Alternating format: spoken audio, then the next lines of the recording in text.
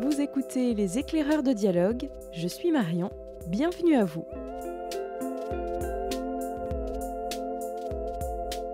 À l'heure où tout s'accélère, où les canaux de diffusion de l'information se multiplient et où beaucoup de citoyens, notamment les jeunes, boudent les médias traditionnels, la presse doit-elle réinventer sa manière de raconter le monde ?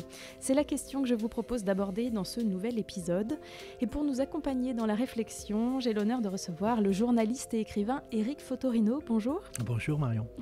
Merci beaucoup d'avoir accepté d'être l'invité de ce podcast Les éclaireurs de dialogue. Un mot sur vous, vous avez passé 25 ans au quotidien Le Monde, que vous avez dirigé de 2007 à 2011. Vous avez ensuite cofondé l'hebdomadaire Le 1 en 2014, avant de créer les trimestriels America, Zadig et Légende. On vous doit par ailleurs de nombreux romans et récits. On ne va pas tous les citer, on pourrait en citer quelques-uns. Rochelle, Caresse de rouge, Korsakov, Baiser de cinéma, L'homme qui m'aimait tout bas, ou plus récemment Mohican. Alors peut-être pour démarrer cette discussion, Éric Fotorino, revenons à vos débuts de jeune journaliste. Qu'est-ce qui vous a mené au départ vers ce métier ? Était-ce l'amour de l'écriture que vous avez largement entretenu depuis, ou l'envie d'informer, ou les deux à la fois ? Écoutez, je vais être paradoxal, c'est peut-être ni l'un ni l'autre en réalité, parce que je pense que c'est d'abord la timidité qui m'a poussé à justement un peu sortir de moi.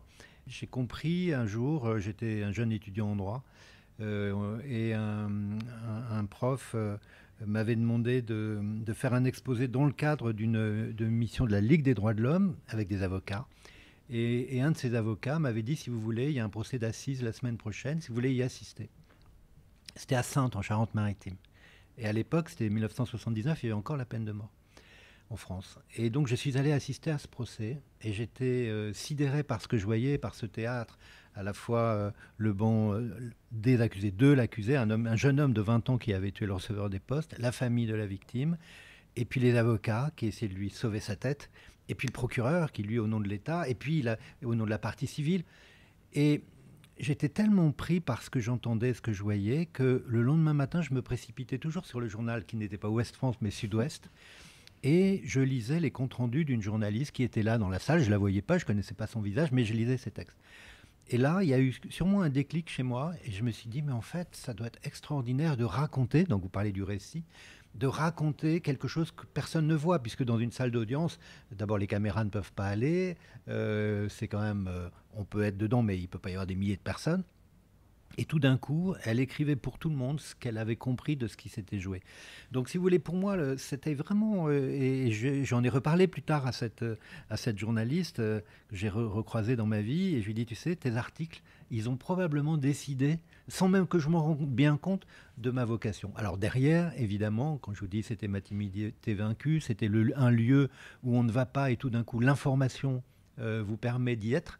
Je pense que l'idée de raconter et d'écrire ce que j'ai vu a été mon fil rouge toute ma vie de journaliste. J'allais dire toute ma vie, pas seulement de journaliste, mais oui. Donc je pense qu'après, dans un deuxième temps, il y avait cette idée de la rencontrer des gens surtout. Moi, c'était ça qui m'intéressait, des situations, me déplacer, voyager. Mais je savais toujours que ça se terminerait par de l'écriture. Et pour terminer cette réponse trop longue, pardon, quand j'étais jeune journaliste du Monde, qu'on m'a beaucoup envoyé en Éthiopie à mon arrivée quasiment, je me souviens des vols de nuit. Quand on rentrait, il n'y avait pas les ordinateurs, il n'y avait pas les portables, donc quelquefois je dictais un papier au sténo dans la nuit quand je trouvais un téléphone, une ligne qui permettait de passer. J'imaginais ma voix qui passait à travers des espaces incroyables, de forêts, de hauts plateaux, de mer, etc. Eh bien, les avions étaient toujours à minuit. Pour rentrer d'Addis Abeba, d'Abidjan, de Cotonou, de Libreville. Enfin, j'ai fait tellement ces retours d'avion. Et j'arrivais dans l'avion, et là, on mangeait encore dans les avions, donc il y avait des menus. Et un jour, je n'avais pas mon carnet, j'ai écrit mon premier reportage au dos d'un menu, sur le blanc du menu. Et après, c'est devenu un rituel pour moi. J'écrivais toujours, et si vous voulez, quand je faisais un reportage de 10 jours, 15 jours, qui n'était pas l'actualité, mais qui était un récit d'une situation en Afrique, je savais qu'il y aurait un rendez-vous à un moment donné dans un avion où j'allais écrire ce texte au crayon de papier sur le dos d'un menu. Et dès que l'avion atterrissait vers 6 heures du matin à Paris, je sautais dans un taxi, j'allais voir le service des sténos qui frappait mon menu, le dos du menu, Et le papier passait souvent à la une du journal. Et donc, il y avait cette espèce... Pour moi, c'était de la vitesse, alors que c'était une grande lenteur. Mais c'était l'idée, encore une fois, que par les mots un peu fragiles que j'aurais sauvés de tout ce chaos dont j'avais été témoin, même si jamais moi été reporter de guerre, eh bien, ça se terminerait par une histoire que je raconterais à des lecteurs qui, le matin, en prenant leur petit déjeuner, n'imagineraient pas tout le tumulte qui a précédé l'arrivée de ce journal sur leur table du matin. Alors justement, entre cette période où vous écriviez vos notes au dos des menus dans les avions, à aujourd'hui, évidemment, il y a eu des grands bouleversements, des grandes mutations. Vous avez été témoin en première ligne de ces mutations, notamment pendant les 25 années que vous avez passées au monde. Vous les avez vécues, peut-être subies même aussi. Quelquefois. Qu'est-ce qui vous a le plus frappé ? Si vous voulez, ça a été l'accélération. Si vous voulez, il y a plusieurs... je pense qu'on peut assez facilement typer ce qui s'est passé en 40 ans. En gros, parce que moi j'arrive au monde en 1985, nous sommes en 2023, vous voyez, ça fait presque 40 ans. Quand j'arrive dans ce quotidien, le matin, qui entrave la porte d'entrée de ce vieil immeuble du Monde, c'est un camion avec 35 tonnes de papier dedans. Quand vous montez dans les étages, vous avez très peu de machines à écrire, pas d'ordinateur, on écrit nos articles à la main, ils sont aspirés par un système d'air comprimé pour aller à l'étage de la rédaction en chef. On est dans un monde de papier. Les armoires dans les couloirs, elles sont toutes prêtes à vous tomber dessus tellement elles sont bourrées de tout. Il y a la salle des téléscripteurs qui crachent jour et nuit du papier, des informations du monde entier. Et une information, ça naît là. Elle n'est pas ailleurs. Une dépêche. Et puis, il y a les compactus, ces immenses armoires en métal manœuvrées par des volants de semi-remorques et dans lesquels il y a des dossiers de papier qui sont toutes les archives du monde depuis un demi-siècle. Donc ça, c'est mon paysage des années 80. Arrivent les années 90, on déménage, on va dans un immeuble de verre, il y a des escalators, et il y a de la moquette et il y a des ordinateurs. Et là, c'est le silence. Il n'y a plus de salle de téléscripteurs, tout est sur nos écrans. On ne fait plus de réunions, on s'envoie des messages, des messageries internes, etc. Années 90. Début d'accélération et d'uniformisation de la presse, puisqu'on a tous les mêmes papiers dans nos écrans et finalement on rebâtonne des dépêches. Bon. Ça veut dire on reprend des formats, des gabarits qui existent partout. Année 2000, c'est plus l'informatique, c'est le numérique. Et là, évidemment, commence la dématérialisation, une plus grande accélération. Et l'idée que ce que vous vendez en papier au kiosque du coin, vous le donnez gratuitement sur un écran parce que Google vous a dit que ce serait mieux pour vous, vous auriez plus de lecteurs. Évidemment, c'est le pacte faustien, puisque certes, vous aurez plus de lecteurs, mais s'il n'y en a plus un qui paye, vous allez mourir. Donc, commence là vraiment, à la fois cette accélération de la dématérialisation de l'information et l'idée que le modèle économique de la presse écrite est en danger. Arrivent les années 2005-2010, les réseaux sociaux. Donc on n'est plus seulement dans les sites internet des .fr, etc. Mais on arrive aux réseaux sociaux où qui est le média, qui produit de l'information. C'est plus le téléscripteur que j'ai connu dans les années 80, c'est monsieur machin qui a peut-être même un pseudo qui m'envoie je ne sais pas quoi. Quelquefois c'est d'un journal connu, quelquefois c'est de je ne sais pas où, qui m'envoie de l'information. Et l'information est là. Donc si vous voulez, cette accélération qui a été accompagnée d'une délégitimation du métier de journaliste, d'une banalisation, mais aussi d'une défiance et d'une méfiance qui a grandi vis-à-vis de ce métier et de l'information, parce que précisément la verticalité de celui qui informe vers celui qui est informé a été complètement remise en cause. On est dans un monde horizontal où tout un chacun peut dire ce qu'il veut et en s'appuyant sur des informations qui peuvent friser le complotisme. Il y avait une phrase de Dostoïevski qui disait un jour la tolérance sera telle qu'on n'osera pas dire des vérités pour ne pas déplaire aux imbéciles. Voilà, on y est. Alors, en 2014, vous lancez cet hebdomadaire Le 1, oui. Qui est un... Presque 10 ans. Presque 10 ans, vous allez sans doute les fêter l'année prochaine. Oui. Alors c'est un hebdomadaire qui a la particularité déjà dans la forme de n'être qu'une seule feuille pliée. C'est ça. Et sur le fond, de ne traiter que d'un seul thème par semaine, mais à travers le regard de différentes personnes, personnalités aussi, des journalistes certes, mais aussi des écrivains, des sociologues, des chercheurs, des scientifiques. Et des artistes aussi. Des artistes. Alors, Vous parliez de cette accélération. Est-ce qu'à l'époque, vous aviez envie d'aller un peu à contre-courant ? Oui, ça c'est clair que si vous voulez, pour avoir passé toutes ces années au Monde, et puis surtout aussi les 5 dernières années de ma vie professionnelle au Monde, pour avoir dirigé ce journal dans une période très particulière, de montée du numérique et des réseaux sociaux, des bulles cognitives, etc., des algorithmes, de toute cette destruction de la hiérarchie de l'information. Finalement, sur Internet, on fait monter par le buzz, ce qu'on appelle le buzz, des informations qui n'en sont pas ou qui n'ont pas beaucoup d'intérêt, donc la hiérarchie est perdue. Je me suis dit, ou bien j'écris mes romans, et puis ce sera très bien, ou bien tout en les écrivant, j'ai encore quelque chose à dire dans ce métier. Et ce quelque chose à dire, je ne l'ai pas trouvé tout de suite, mais ça avait quand même 2 ou 3 échos très précis. Le premier, je me disais, ça va trop vite, il faut ralentir. Le deuxième, c'était de dire les journalistes sont dans un entre-soi journalistique. On a l'impression que les journalistes parlent aux journalistes ou parlent aux puissants politiques, économiques, mais ils viennent des mêmes moules, mêmes écoles, etc. Donc c'est un monde endogène qui se regarde et tout le monde est perdu. Et donc il faut casser cet entre-soi. D'où le fait que le 1 est fait à majorité par des écrivains, des chercheurs, des poètes, des anthropologues, des sociologues, des économistes et bien sûr des journalistes, mais on est des médiateurs. Mais c'est quand même un journal où on confronte des savoirs, non pas pour polémiquer, mais pour être plus intelligent en se disant oui, ce que dit un sociologue et un psychanalyste sur la retraite, par exemple, c'est pas la même chose, ou un économiste.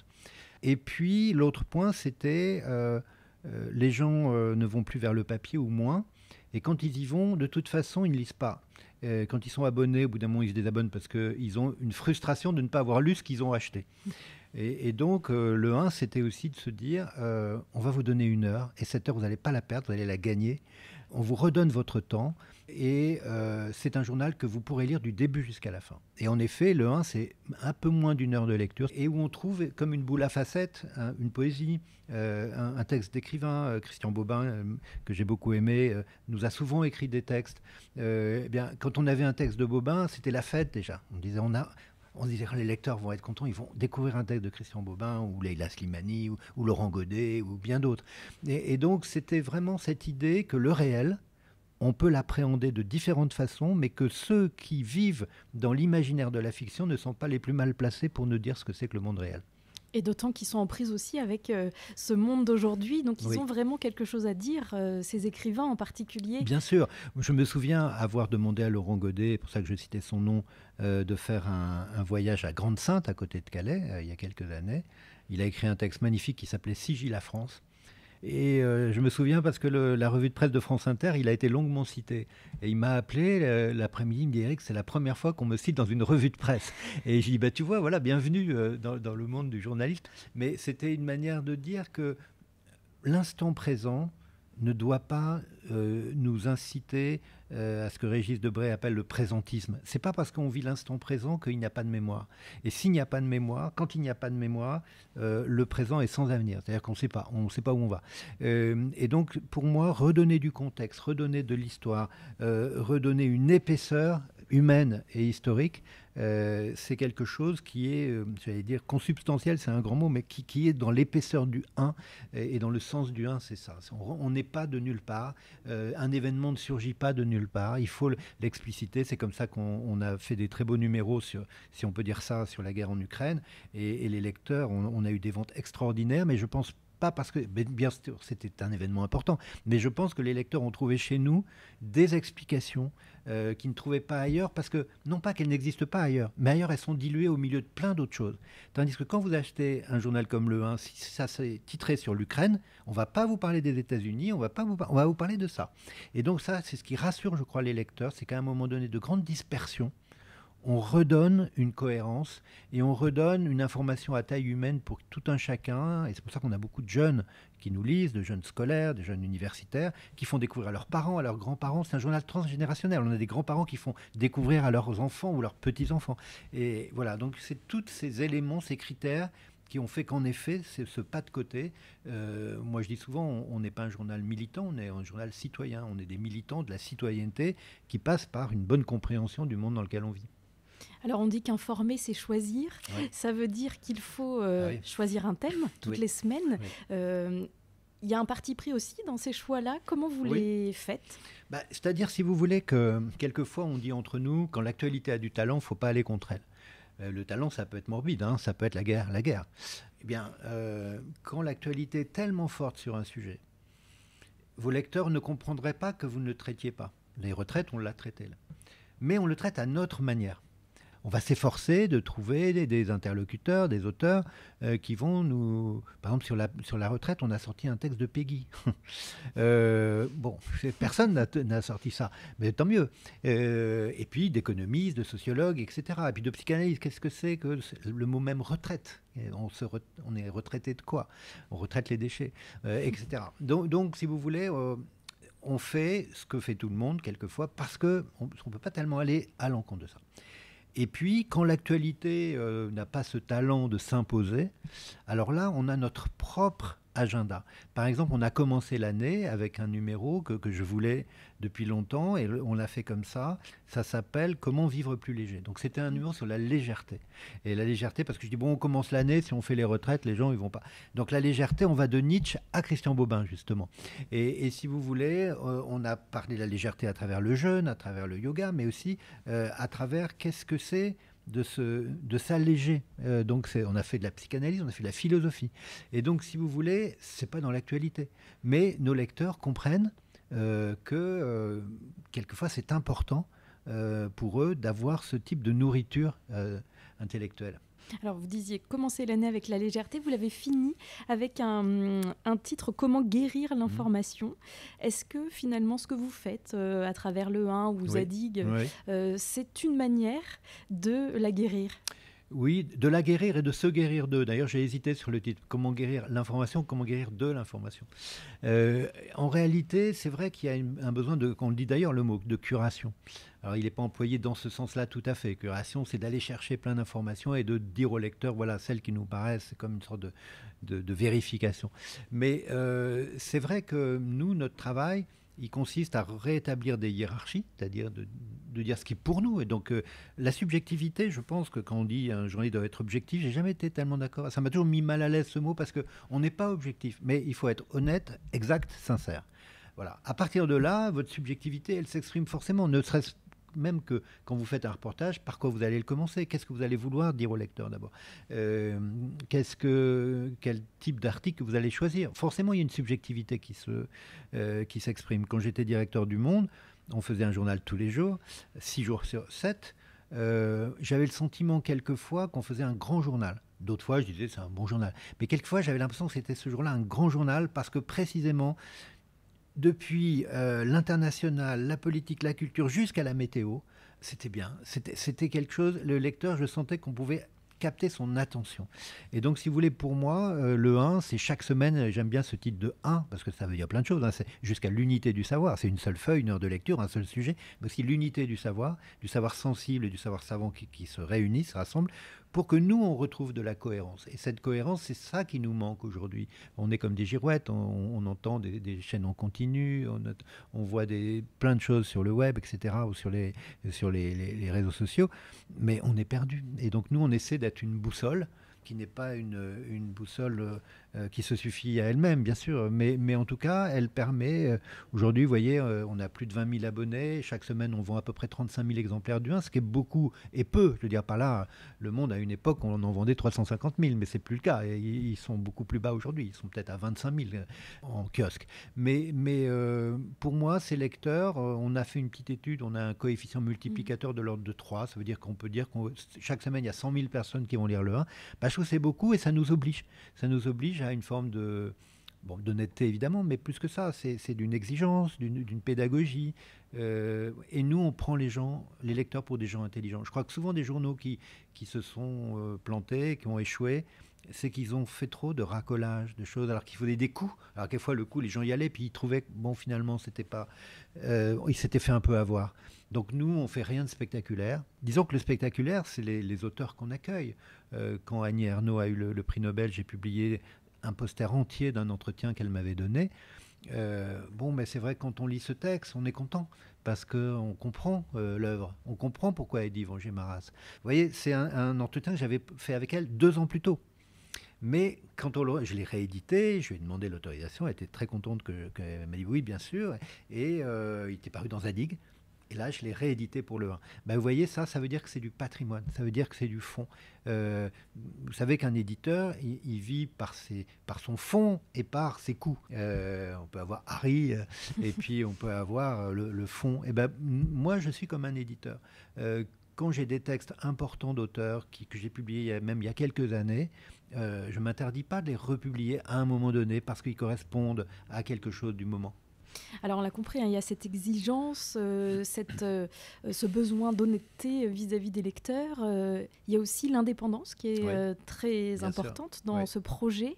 C'est tenable ça encore aujourd'hui avec tout ce qu'on a dit avant sur cette situation de la presse? C'est difficile. Moi j'estime que j'ai eu beaucoup de chance.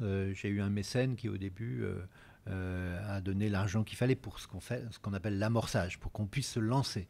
Bon, il est décédé 2 ans après, mais chance pour nous, et parce que aussi notre travail, évidemment, on était déjà à l'équilibre, un équilibre encore fragile, mais on était équilibré. Donc on a continué et on a pu prospérer sur cette ligne-là. Maintenant, dans un contexte quand même très particulier que vous connaissez, d'une presse nationale, qui est contrôlée à 95% par quelques grands industriels qui n'ont pas gagné leur fortune dans la presse.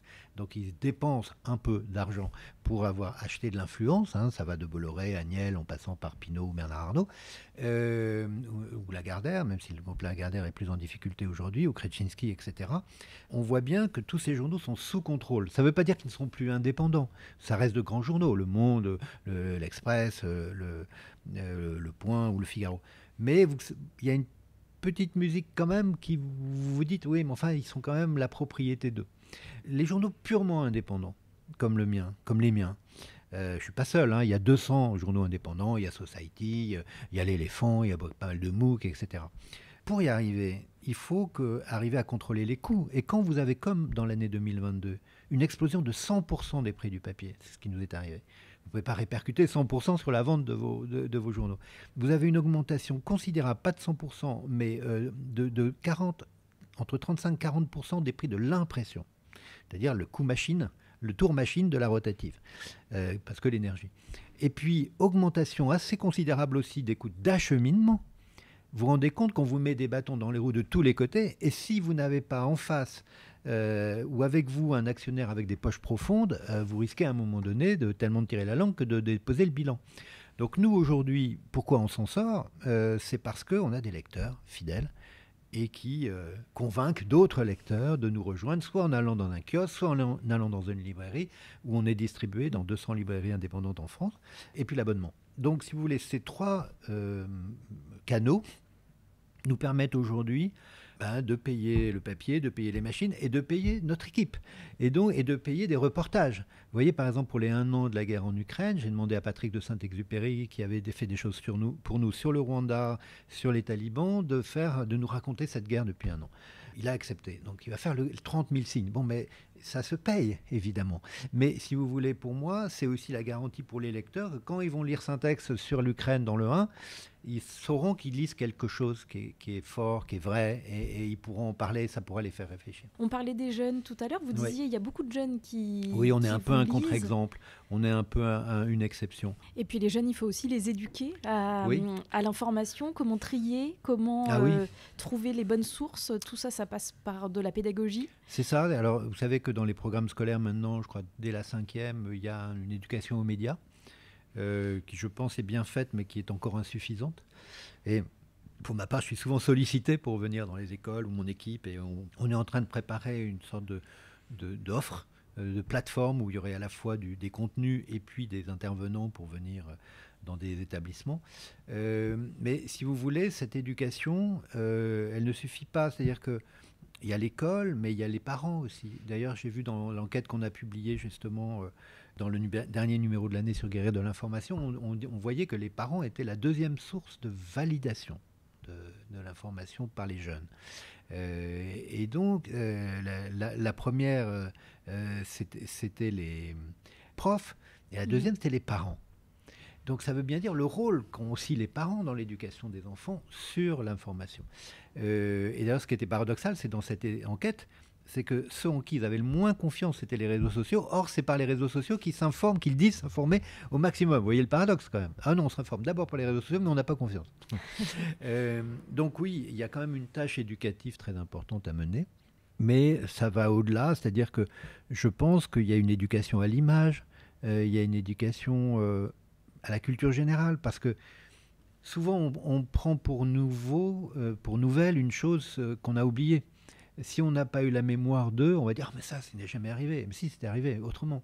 Et donc, si vous voulez, je pense que c'est une sorte de maillage intellectuel. Et moi qui fais beaucoup de vélo, je sais le poids du casque. Pourquoi on se protège la tête et le cerveau? Je crois qu'il faut un casque aussi face à l'information et à la désinformation. Il faut se mettre un casque sur la tête qui nous permet de nous protéger et de comprendre à quoi on a affaire quand on voit passer ce qu'on appelle une information. Mais tout n'est pas acheté dans ce numérique qui prend de Non, l'importance. Pas du tout, parce que si vous voulez, le numérique, c'est quand même un outil formidable de communication, d'apprentissage du savoir, mais c'est toujours la dose en fait, hein. Rien n'est poison, tout est poison, le poison c'est la dose. Si vous n'êtes que sur le numérique, vous n'êtes nulle part. Pourquoi? Parce que lorsque vous commencez à être sur le numérique, vous savez où vous voulez aller, mais au bout d'un moment, de liens qui s'ouvrent, de pop-up, etc., vous êtes complètement ailleurs. Et quelquefois, vous ne savez même plus pourquoi vous étiez venu. Mais on vous a entraîné ailleurs. Et puis, le numérique a quand même cet inconvénient important de vous programmer d'une certaine manière à ne recevoir que les informations qui vous intéressent, vous, et avec lesquelles vous serez d'accord. Donc, on crée des communautés. Et si vous voulez, je trouve que c'est le grand danger. Vous pourrez créer des milliers de communautés, vous ne créerez pas une société. Et aujourd'hui, donc, le côté universaliste, pluraliste de la société est complètement battu en brèche par cette espèce d'esprit communautaire de la toile ou des réseaux sociaux même, qui font que on se définit parce qu'on est d'abord. Alors on va se donner une essentialisation et puis à partir de là, on ne verra le monde qu'à travers ça. Voilà. Alors vous êtes dans des combats de genre, vous êtes dans des combats de classe, ces combats-là vont primer tellement de choses que ça va être votre seule grille de lecture du monde. Et ça rétrécit alors qu'on avait pu penser que la toile allait au contraire nous ouvrir surtout. J'aimerais juste qu'on dise un mot du 1 des libraires, Éric Fotorino, puisque ce podcast de la librairie Dialogue y tient aussi. Oui. Ça, c'était une volonté de mettre le livre aussi en avant. Oui, on aura peut-être même encore d'autres projets. Oui, parce que si vous voulez, nous, on n'est pas dans une approche de critique de livres. On n'est pas le monde des livres ou la presse généraliste qui fait des pages de critique de livres. On est plutôt dans l'idée d'une approche thématique. Là, par exemple, le dernier, c'est comment on écrit l'histoire. Et c'est Mona Ozouf qui nous a donné un grand entretien passionnant. Puis on a fait à chaque fois une œuvre importante. Là, c'est Guerre et Paix, et c'est Pierre Lemaitre qui présente, qui écrit un très beau texte sur comment il a lu la première fois Guerre et Paix et comment il s'est attaché au personnage et à l'histoire. Et on n'est pas surpris de voir ce qu'il écrit quand on voit comment l'emprise qu'a eu sur lui ce livre. Et donc, si vous voulez, le 1 des libraires, c'est 5 fois dans l'année. On s'attache, on est souvent partenaire avec des grands événements littéraires comme le Festival étonnant voyageurs de Saint-Malo, comme Quai du Polar à Lyon, comme le livre de jeunesse à Montreuil.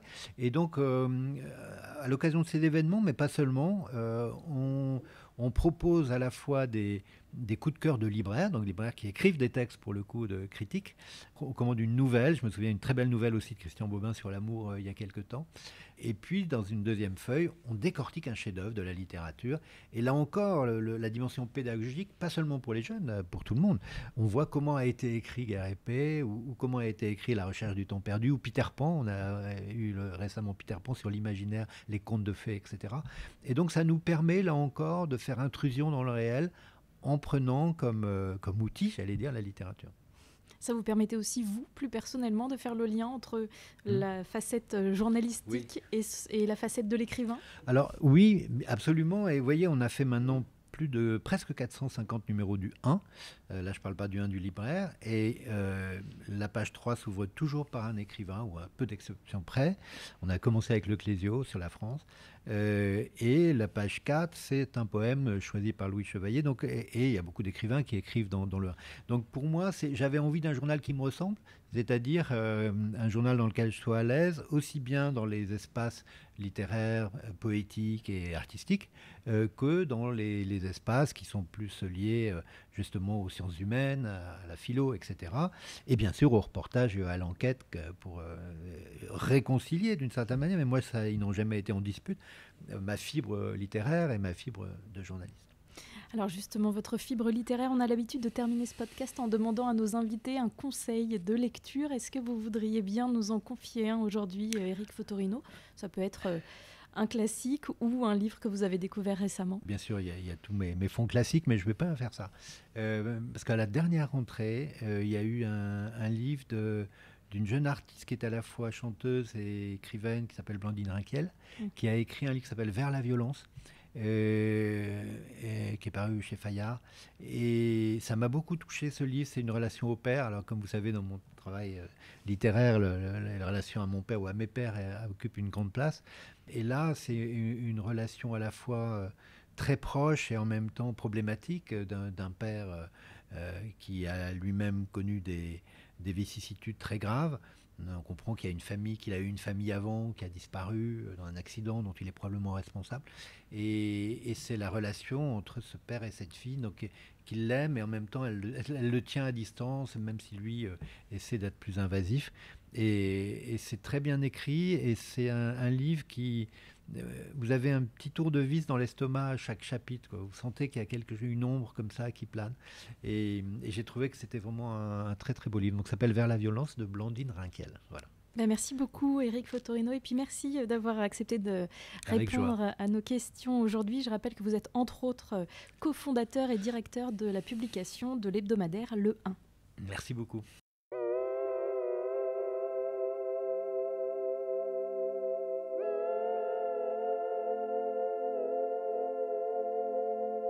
Les éclaireurs de dialogue, c'est déjà fini pour aujourd'hui. Vous pouvez retrouver tous les titres cités dans ce podcast et bien d'autres encore sur notre site librairiedialogue.fr. Et je vous rappelle que les journaux Zadig, Le 1, Légende sont en vente à la librairie, de même qu'une grande sélection de revues. Les libraires du rayon Sciences Humaines sauront vous conseiller.